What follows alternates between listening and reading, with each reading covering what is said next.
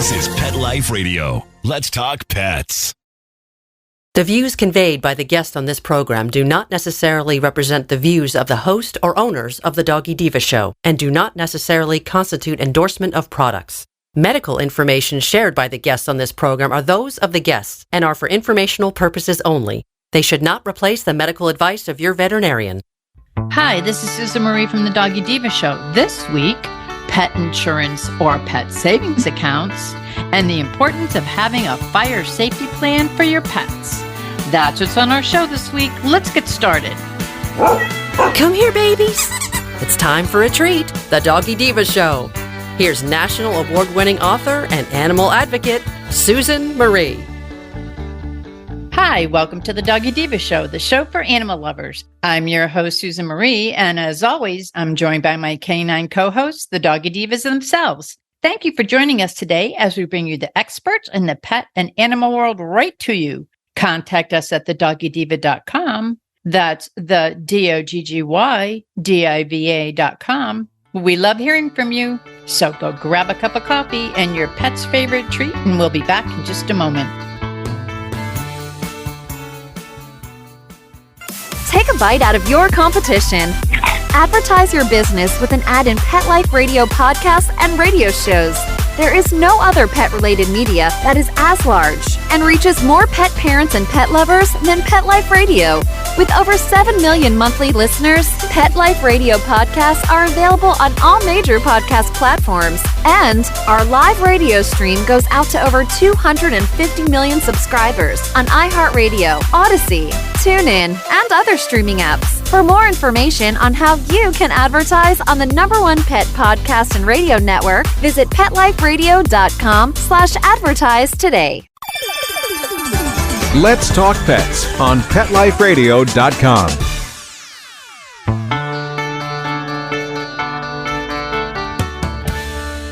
Welcome back, everyone, to the Doggy Diva Show. I'm here with Monica Leighton, president of Professional Pet Sitting, and she is here with us for our pet tip of the week. Now, Monica, one of the things that I get asked a lot about is my thoughts about pet insurance.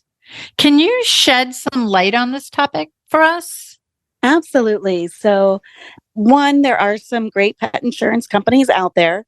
Everybody should compare. And when you compare, look at whether you're going to have any pre-existing conditions, whether they cover any congenital issues that may arise in a pet. So if you have a purebred pet, they may have things that they would consider a congenital issue, meaning that it's predispositioned for that it came, from the mother, that would not be covered. Check and see, what their minimums are as far as deductibles.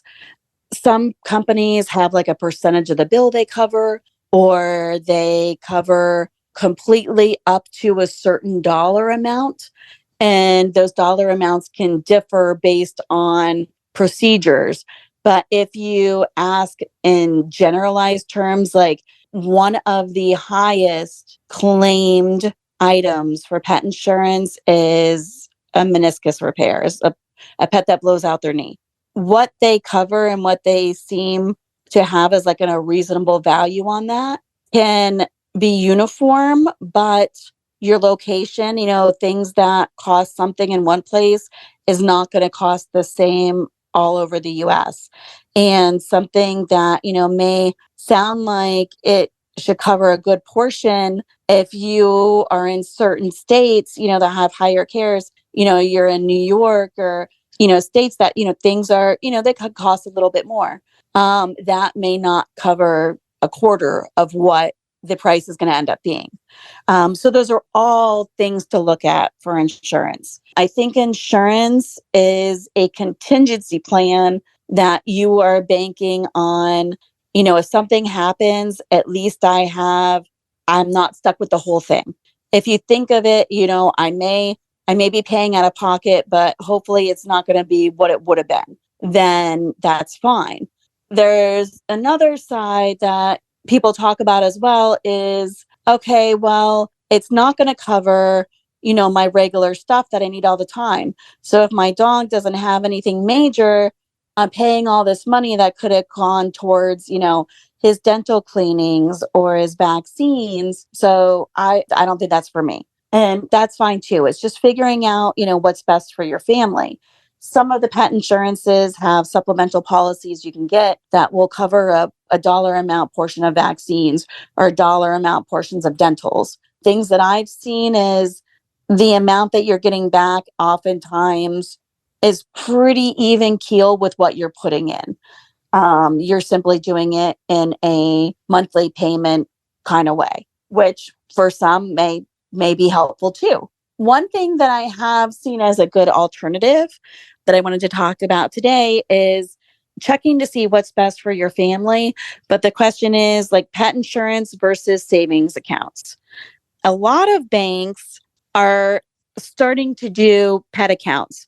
Certain banks do, certain banks don't. You'll have to check in your area whether you want your pet's name on that account or not. Anybody can go open a savings account in their own name and have that particular savings account be designated for their pet care. This is just a total personal opinion for me, but that is the route that I chose to go with. But one thing that I do advocate on with that is if you set up a reoccurring transfer or a reoccurring direct deposit going into the account, because you don't want it something that you're sporadically putting money in. Like I'm sporadically saving for a rainy day, but it's like, oh, well, I got enough there to cover my vaccines and I really want to, go buy this thing. So I'm going to bypass it this month. It's really set to be a safety net and things can happen at any age. So a couple things just to back up with a savings account. Right now, I know like a NerdWallet, for example, is a website that has a lot of, articles when it comes to financial things, money saving things of that nature. And they put out July of this year, they put out a 5 best savings accounts for 2023. And, I was kind of going through the list and looking at it.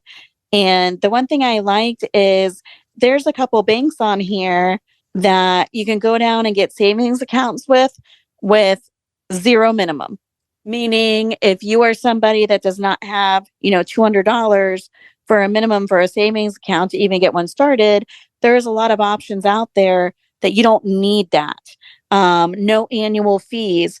And you're also getting a decent APY. So your annual percentage yield, you're earning money on what you have in there. So for example, according to NerdWallet, some of the best ones in 23 right now are SoFi Checking and Savings, Citibank Platinum Savings, American Express, Discover Online, and Citizens. Those were their top 5. And out of those, only one of them had a minimum requirement. Some of them gave you bonuses for simply just opening an account. So that's free money right there. And then they're all getting, the smallest one was 4.5% annually. Wow. So just by putting money in there, you're already getting money. You're making money. Wow. So if you can get in the routine of getting money in there and not spending it, it's earning. And I think that, again, this is something that I've heard about. I have never seen it, but it's certainly piques your interest because not everyone. We have out of our 3 dogs, we have 2 insured and another one we have put money aside because of her pre-existing conditions. We couldn't. But I have one that we pay a lot on every month for her premium. Mm-hmm. I mean, and I think that the kind of like what you're saying is weighing what you're doing is paying that premium, whether it be higher, though I don't know what people have, as opposed to something like this. Absolutely. And the thing that I liked is when you have more of a fixed income kind of situation going on, sometimes those insurances can be expensive.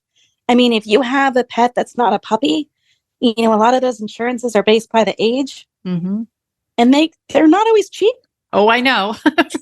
So one thing that I really liked too, and thinking about it, is I was kind of looking at some of the articles that they had online and some of the things that they talk about when you're looking at pet insurance versus savings account is puppies. Puppies can be crazy. They get into everything. Mm-hmm. So like literally one of the sites that I was looking at for insurance for pets. They had talked about how, they had covered a claim for a 3-month-old bulldog that swallowed a pacifier, and it was 3 months old. Oh my God. So it got me thinking, and I'm like, every person that's out there thinking about, okay, we want to get a dog, you should be starting a savings account well before you're in the we're going to get a puppy stage. Like, it's something that, if you plan for, like, okay, we're thinking about getting one, but not until, next year or 6 months from now, then that is the time to go down there, get an account and be like, okay, we're sending $50 a month over, $100 or whatever it is you can do. And that way, if your puppy ends up being naughty, or if, just those expenses alone, when they're younger, you've got your spay or your neuter, you've got multiple sets of vaccines. So, if you're going to go out and get a pet, the responsible thing to do is to be able to not just afford to get a pet, not just the adoption fee, not just, the price it is to actually get that pet in your home, but it is providing all the care that's required for that pet up front. So I definitely think, starting an account prior to getting that animal is great. And, other things that they have out there, programs like Care Credit, which is the healthcare credit card, but you can get delayed interest based on the amount of money of your transaction. So, for example, if your pet had to go in and, get a spay or neuter and it's, $400, anything that's over $200 gets 0% interest, for X amount of months. And then they have like increases. So the higher it goes, the longer amount of time you have to where you do not pay interest on those. So, you can qualify for those kind of situations as well based on your credit. But those I always think of as like backup emergency, I don't have a fund available. I have to take care of my pet. To me, the pet savings account and putting money in there all the time, it's something that if you do a direct deposit or an automatic transfer from one account to another, have them automate it to where you're used to it coming out every month. You don't even see it. It doesn't even get to your account to be spent. It's just a way of ensuring that money's there. And then you don't have to get into situations to where you're, struggling to, oh gosh, or vaccines are coming and oh, she needs a dental too. And, or, oh, she's not feeling well. She's got a bad ear infection and the medication's how much, then you have that stability of being able to care for the pet. But you're also not paying for something you may not use. It just reminds me of kind of, and I don't know if they do it anymore, but I remember when I was like younger and I was first starting to work, it was very important. Like people said, don't forget, you have to have your money in. It used to be like a Christmas account, and you'd start like in the summer, and then just before Christmas, they'd pay you out whatever your savings, a Christmas account was for. Like it was just for Christmas. That's what this reminds me of. It's like it's for a special thing and it's earning interest and you're going to be taking the money out for your pet. It's, it's specifically set up for one thing. And I just think it makes kind of like almost too much sense. To me, I have the philosophy is, okay, if I do this, I'm self-insuring. If I end up not needing that money for a major catastrophe, great. You know what I'm saying? Like, awesome. But if I need it, then I'm covered. So this is great information. And I think it's very helpful. And I think it helps to clarify for some people, yes, pet insurance probably makes a whole lot of sense, but for some people it may not. And this is definitely a very viable alternative. And it makes a lot of sense.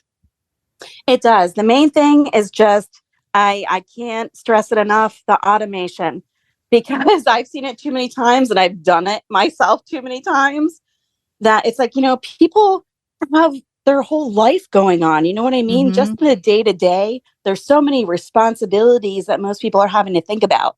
Did we pay the bills? Did we pick up our scripts? Did we, send in the mortgage? Did we, there's like so much stuff always in our heads going on that sometimes switching over the money, it can get overlooked. Or when things are tight, it'd be like, let me skip this month. If you automate it, and you don't think about it. You budget for it, and then it's like, okay, well, it's being done anyway. But you budget for it, and you think about it, but you don't have to touch it, so it doesn't. Yeah, if you're like, you know what, my paycheck coming in is automatically this much going into my checking account. That's what I got to deal with my budget. You know, if it's already taken out and it's already automated, it is so the way to go. Now, is there a place that if people are looking to look into something like this, we have talked about the pet insurances in the past, but for this pet bank account, is there any place that people could go to if they want to learn more about it? I mean, honestly, it depends on where you're located. I mean, I looked for myself locally and there was not a lot in my area, but when I clicked around to other areas, then it was like some of them have a ton of them.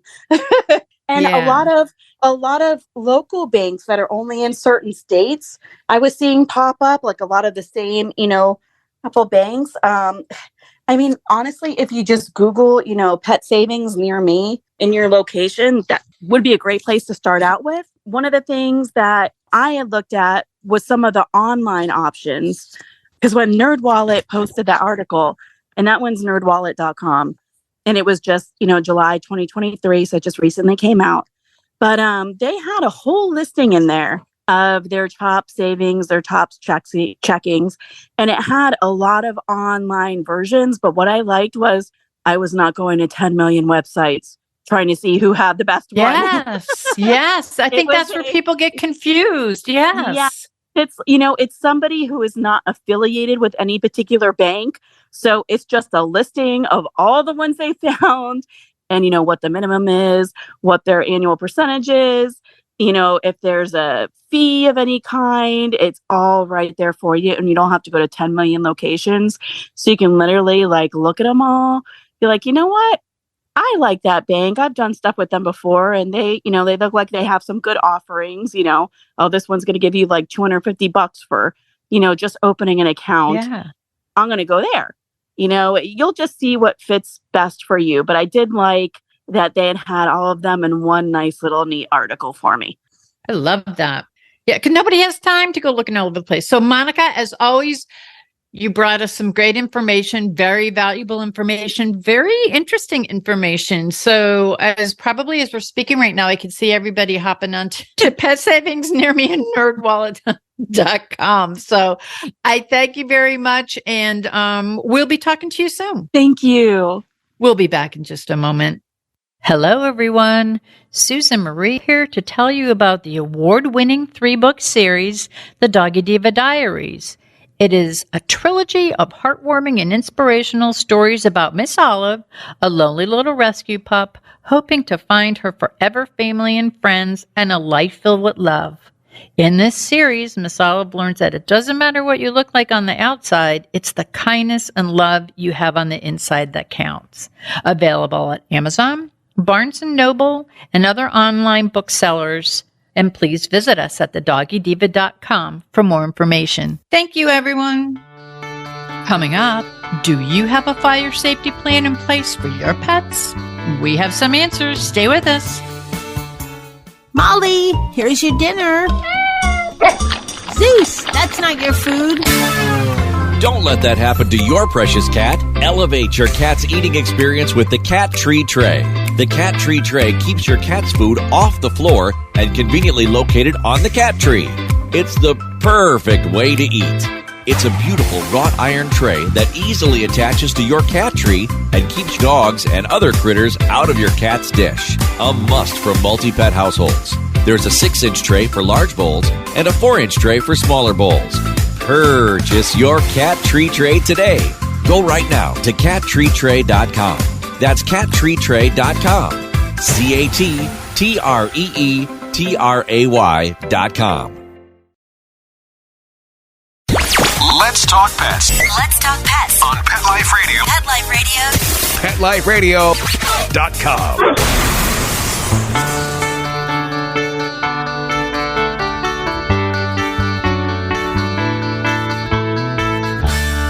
Welcome back, everyone, to the Doggy Diva Show. As a pet parent, I recognize the importance of having a plan in place for fire safety and other emergencies for my fur kids. And with us today to share very valuable advice about fire and safety for our pets is Kim Gaebelein, Canine Relations Specialist for Bil-Jac Foods.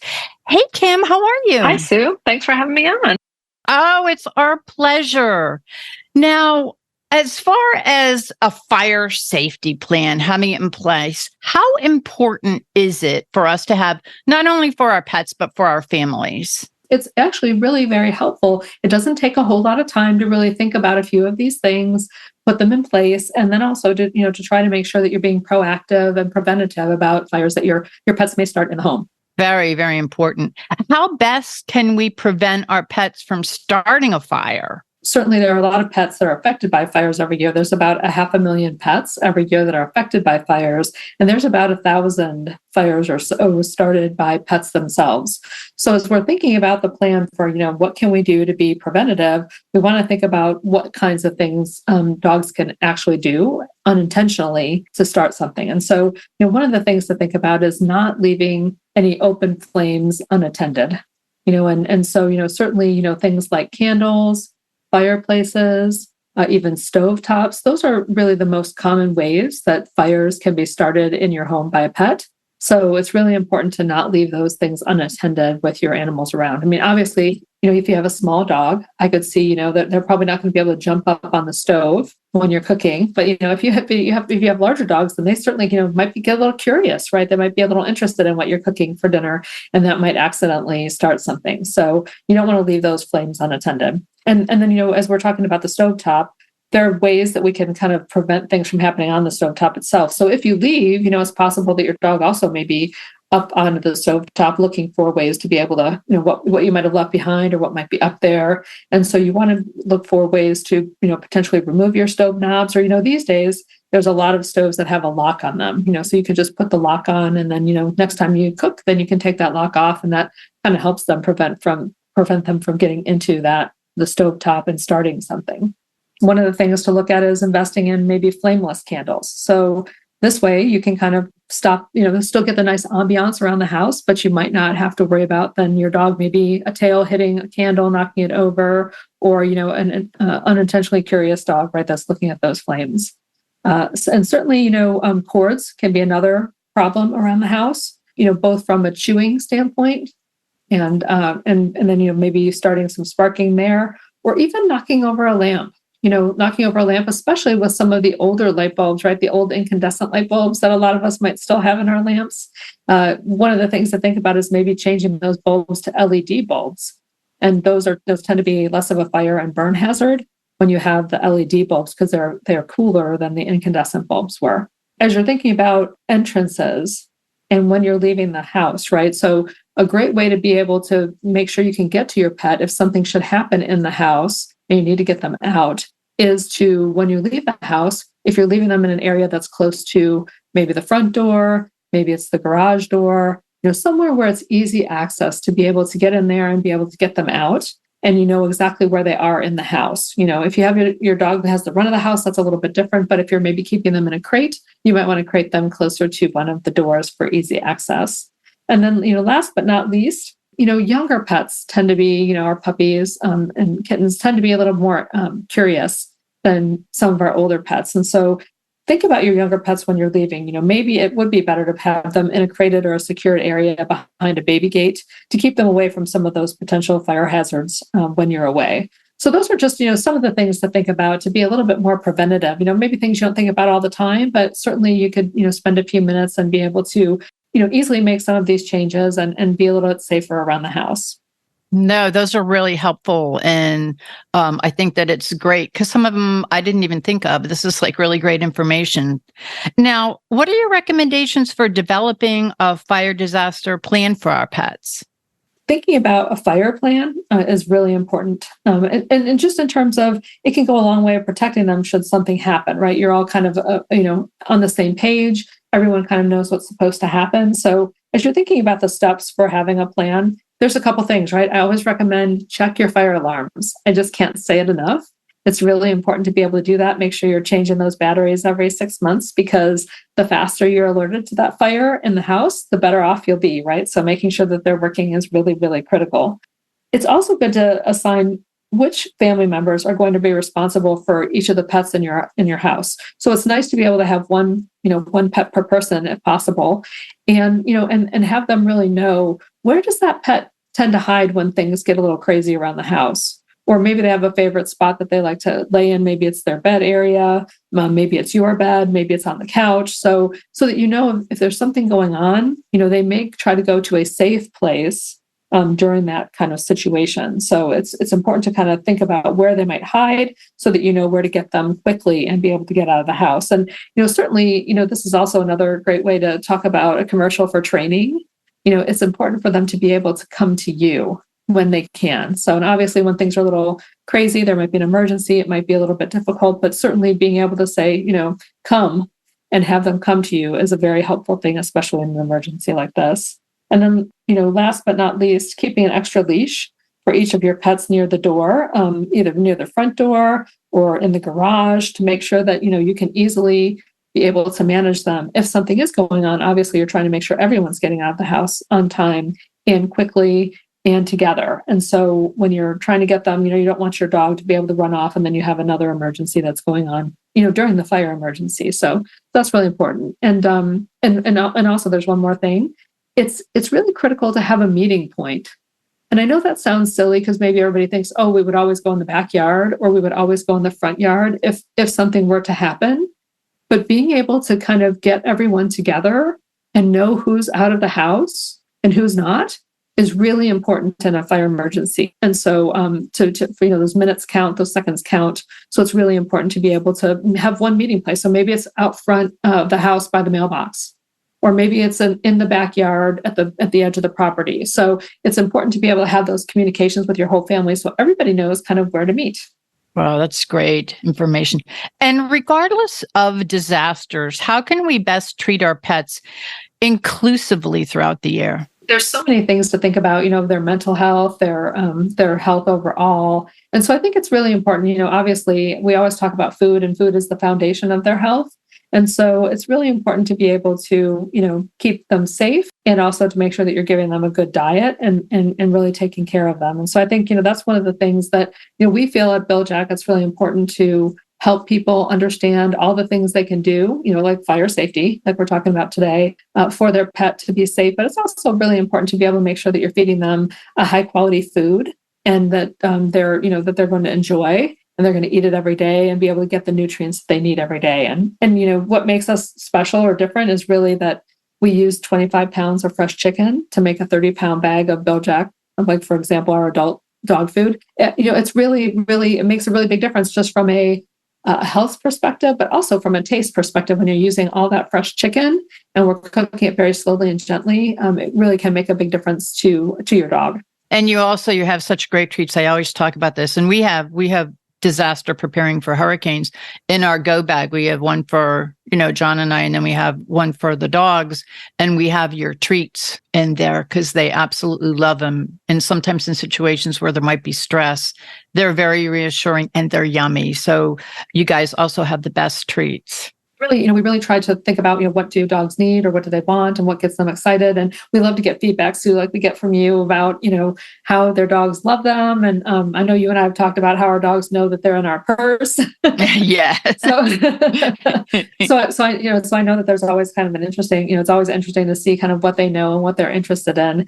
There are also times, when there are special needs, whether it's food, whether they're a puppy or an adult or a senior, or they have a special need like sensitive solutions. One of the things we're known for also is our Picky No More dog food. And so being able to provide that to people when they have a challenge, all they want to do is make their dog be happy and have them be healthy. To be able to provide solutions to do that is really, really important to Bil-Jac. And so we're constantly looking for ways that we can meet those needs and help people with those challenges that they may have with their dog, because each dog is very unique. It's true. And where can the listeners go to learn more about you, to learn more about Bil-Jac, and of course your newsletter, becoming a member? The website is a great place to start. It's biljac.com, BIL-JAC.com.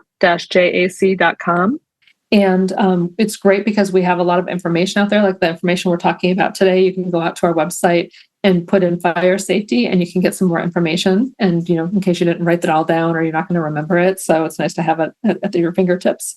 We also have a store locator.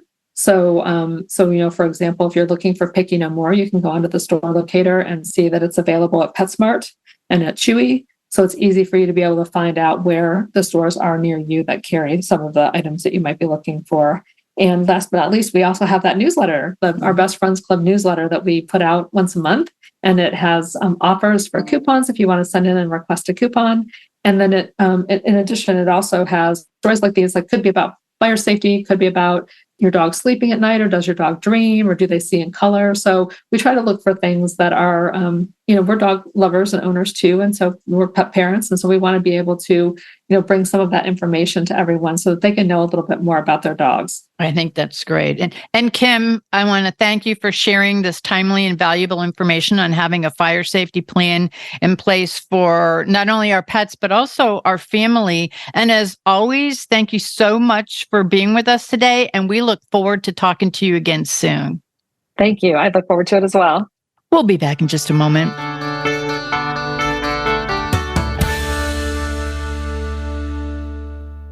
Pet Life Radio, the #1 pet radio network on the planet, joins forces with iHeartRadio to put the power of your pets in your pocket. Awesome! Download the iHeartRadio app and rock Pet Life Radio on your phone, on your tablet, on your Xbox, in your car. Pet talk, pet tunes, and fun pet times. Pet Life Radio and iHeartRadio. Positively Possum. We would like to thank our guests this week. And also, as our Doggy Divas always say, please love your pets because they love you unconditionally. And please remember to adopt, foster, spay, neuter, and microchip. And as always, please have a great Diva week, everyone. Thank you for joining us for this episode of the Doggy Diva Show.